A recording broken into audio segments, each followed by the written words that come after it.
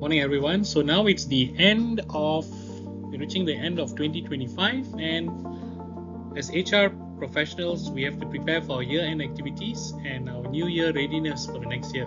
So what are the things we have to do? Some of the things, let me share. So today we're going to talk about year-end leave management and cutover processes, claims cutover and expense submission procedures. How do we set up calendars, and we talk about system refreshes for the new year, and we also talk a bit about how we manage regional and public holidays, and also the employee communication.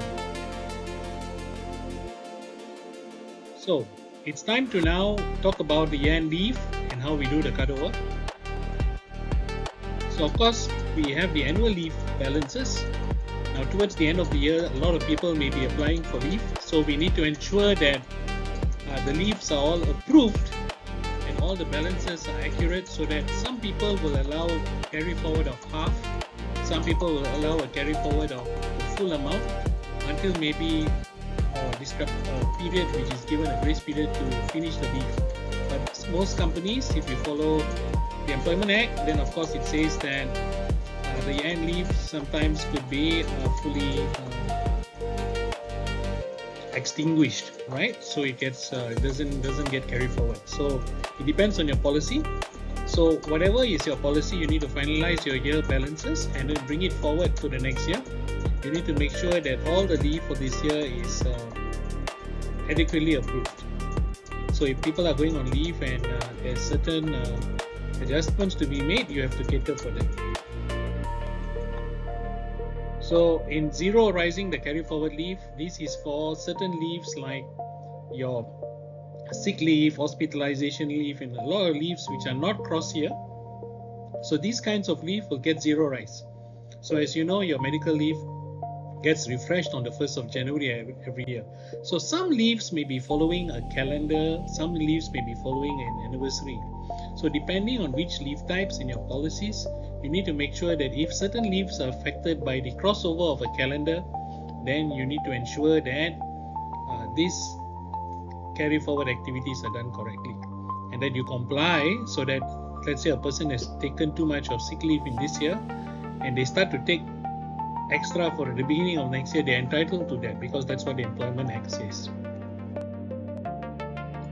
So we need to carefully communicate our cutoff dates, and we need to make sure that all our policies are straightforward and communicated to every single person. Because if we do not do that, then we could be open for, in case of any dispute of contract, then we could be it could result in a case where we get a complaint from the employee going to the Labour Department or any further actions in the industrial court and all that. So we want to avoid things like this, even negative publicity because of this adverse non-communication which could happen in social media also.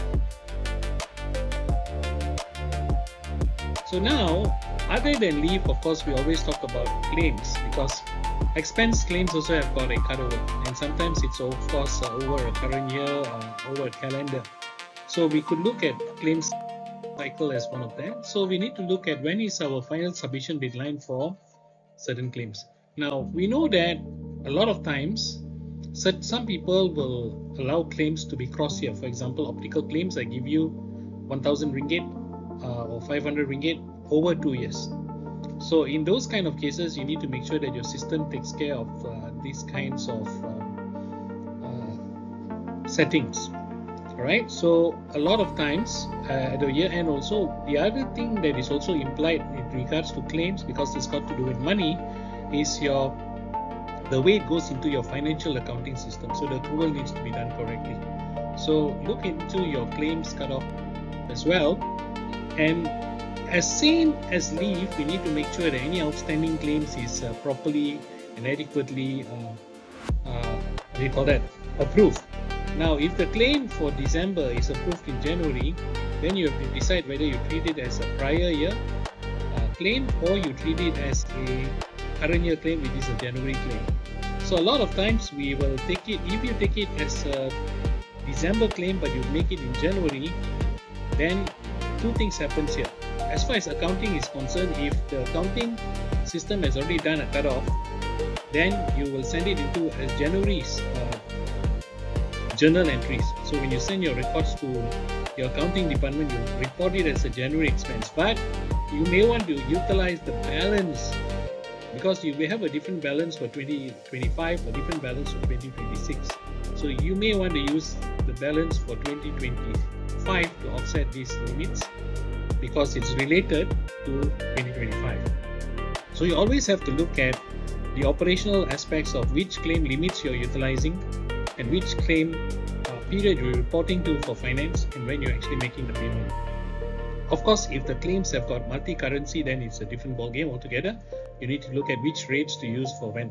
Because in December, anything which is pending, which is not paid, may need to be sent as an accrual or as a journal to the accounting system for the purpose of accounting reporting purposes.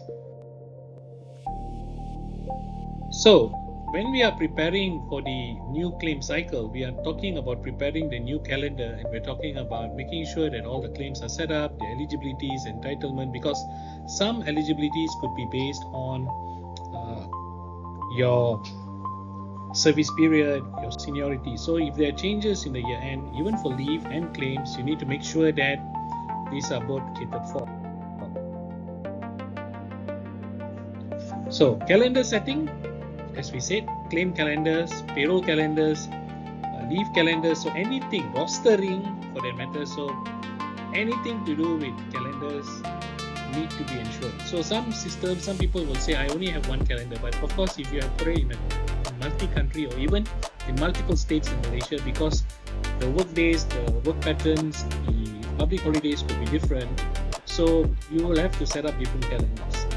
Now, this calendar for your work pattern as well as your leave may be the same calendar, because certain leaves will cross over rest days, off days, public holidays, but certain leaves you do not count those days, right? So, for example, if you take sick leave on a public holiday, then you have to replace those public holiday. If it's a gazetted public holiday, it's an adopted public holiday. So many different perspectives could happen.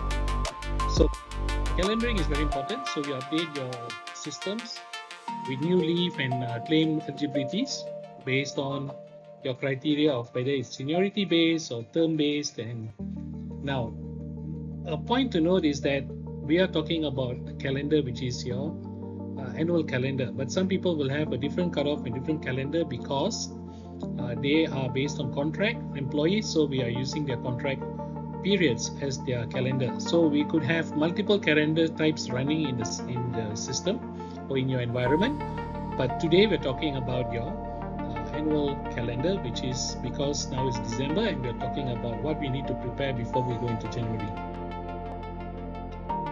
So as we said, make sure that all the regional public holidays are updated, and make sure that all the employee records are updated to reflect any policy changes that you have. Please communicate and reflect it to every employee, and make sure that they know which holidays that you're actually adopting, because this is very, very important because of the various regulations that are in place.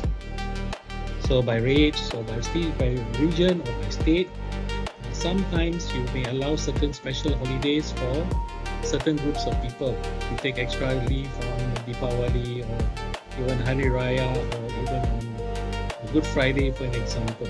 So this, or Vaisakhi, for example. So if you have this kind of special arrangements, please put it in your policy and make sure that it's adopted. So in advance, send the timely distribution, and also make sure that the leave and work is planned properly for everyone. So if there are variances, for example, you need to modulate. If you are in multi-environments like Malaysia, Indonesia, Vietnam, Thailand, Singapore, and the entire region, make sure that you comply to every country's legal compliance and earning fairness and also the policies. And so in conclusion, wishing you all a very good end of the year. Looking forward to, I'm sure we have looked forward to a very great year of operations.